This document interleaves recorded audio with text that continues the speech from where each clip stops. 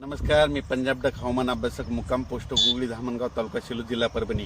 सर्व शेतकऱ्याला सांगू इच्छितो आज 27 म्हणजे आज रात्रीपासून 27, 28, 29, 30 राज्यात पुन्हा आणखीन पावसाचा जोर वाढणार आहे म्हणून हा अंदाज लक्षात द्यायचा. सर्व शेतकऱ्याला सांगू इच्छितो की राज्यामध्ये जवळपास 5 ऑगस्ट पर्यंत असाच पाऊस राहणार आहे. दररोज भाग बदलत पडणार आहे म्हणून शेतकऱ्यांनी काय करायचं, जशी वेळ भेटेल तशी तुम्ही फवारणीची तयारी करा. समजा तुम्हाला थोडं 4-5 तास वेळ भेटला तर तितक्या तुम्ही तुमची पेरणी करून घ्या म्हणून ह्या अंदाज सांगत आहे. सर्व शेतकऱ्याला सांगू इच्छितो की म्हणजे आज 27 पासून तर 5 ऑगस्ट पर्यंत राज्यात हे पावसाचं सत्र असंच चालू राहणार आहे. काही भागात रिमझिम, कुठं मुसळधार, कुठं अतिवृष्टी, कुठं वाहुणी असा पाऊस पडणार आहे. वापसा काही होणार नाही. त्याच्यामुळे जशी सवड भेटेल तसे तुम्ही कामे करून घ्या.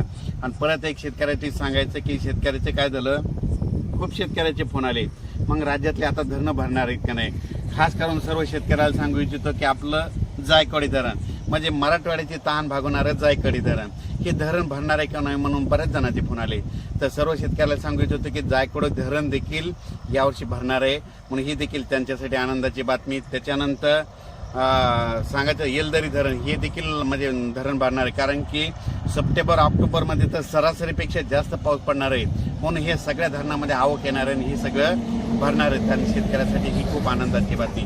परत सर्व शेतकऱ्याला सांगू इच्छितो म्हणजे आता हे 27 आजपासूनचा ते 5 ऑगस्ट पर्यंत पाऊस कसा कसा पडणार आहे. तर तुम्हाला सांगतो की कोकणपट्टी तर संपूर्ण त्या भागात पाऊस राहणारच आहे. म्हणजे आज 5 ऑगस्ट पर्यंत तिकडे पाऊस राहणार आहे, त्यांनी सतर्क राहण्याची गरज आहे. त्याच्यानंतर सर्वांना सांगू इच्छितो की राज्यामध्ये आता म्हणजे पूर्व विदर्भात 6 जिल्हे, पश्चिम विदर्भ 5 जिल्हे, त्याच्यानंतर तो पाऊस तशानंतर जळगाव, जामोद, जळगाव, तसे धुळे, नंदुरबार, नाशिक, उत्तर महाराष्ट्राकडे जाणार आहे. म्हणजे हे पाऊस असा इकडल्या भागाकडे जाणार आहे.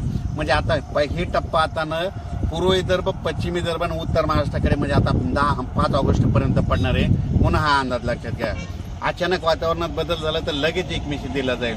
पण सर्व शेतकऱ्याला सांगतो जशी एकदम असं राज्यावर ऊन पडणारच नाही म्हणून तुम्ही जशी वेळ भेटेल तसं तुम्ही शेतीचे कामे करून घ्या. अचानक वातावरणात बदल झाला तर लगेच एक मेसेज दिला जाईल. धन्यवाद.